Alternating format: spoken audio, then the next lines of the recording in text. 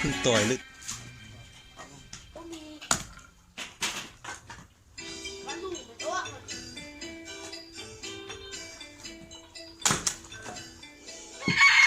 สวัสดีสวัสดีเพื่อนๆท่านผู้ชมทุกคนเนาะมาพบกับซองแก้วทหารหน่อยคลิปนี้จะพาท่านผู้ชมไปเบิ่งพาฟืนช่วยไอ้น้องพนักงานของเราไปเบิ่งพร้อมกันเลยนี่ไปเบิ่งพาท่านผู้ชมไปเบิ่งตัวพึ่งเด้อพาฟืนแล้วจบตัวพึ่ง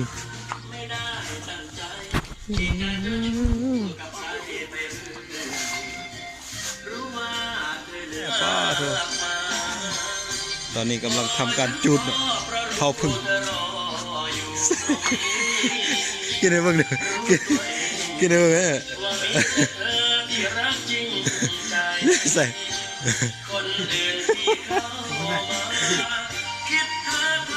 ตอนนี้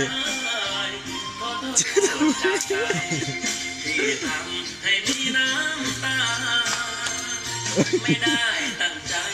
ที่จะเจ้าชู้กับใครไปเรื่อยรู้ว่าเธอเหนื่อยจะรีบกลับบ้านให้ตรงเวลาอยู่ใส่บ่อยู่กับเธอเลิกไปเซฟบ่เซฟแต่ถ้าเธอขึ้นมาว่างแล้ว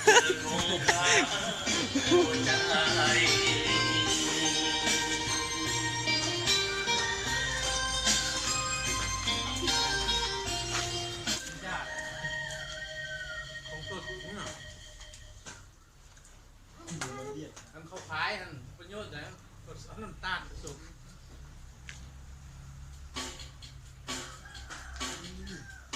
เลย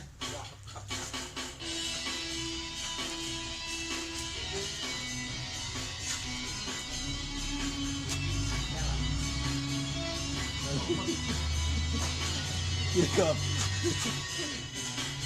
พึ่งต่อยนี่ก็ต่อยสดๆนะพึ่งเดือนหา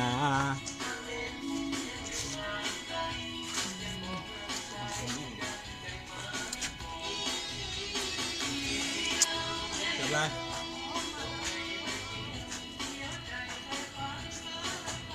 ผ้าฟืนเราจวบตัวพึ่งเนาะท่านผู้ชมเนาะการ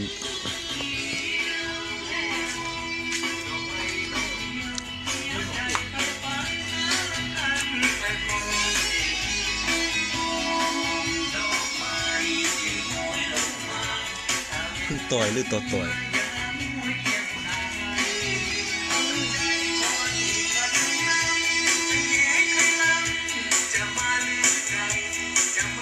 ใช่ป่ะใช่ป่ะ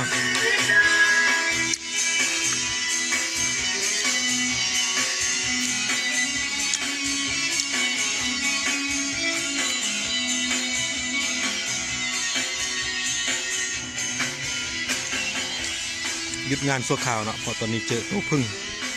อยู่กองฟืนซึ่งกำลังทำลายมันท่านสมบังเด้อ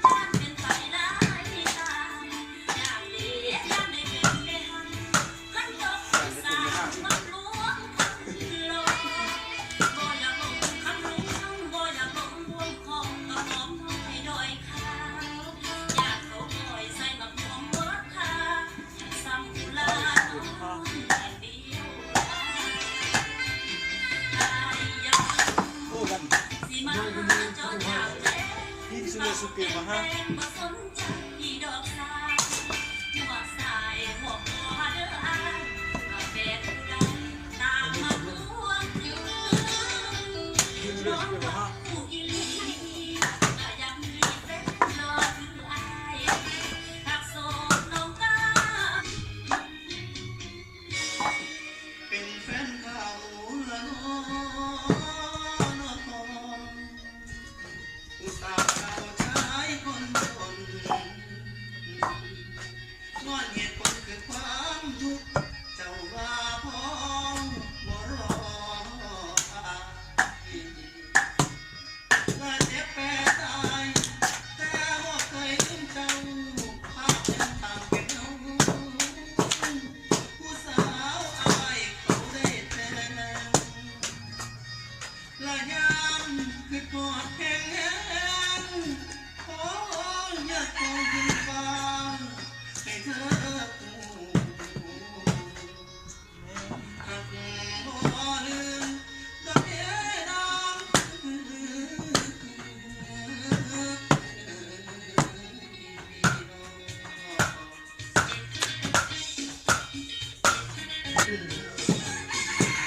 ให้ตาไอ้ยังส่องเจ้า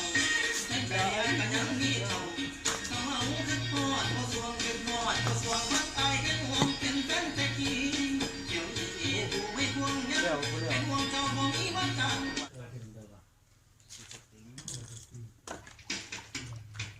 เอาก่อนเด้อ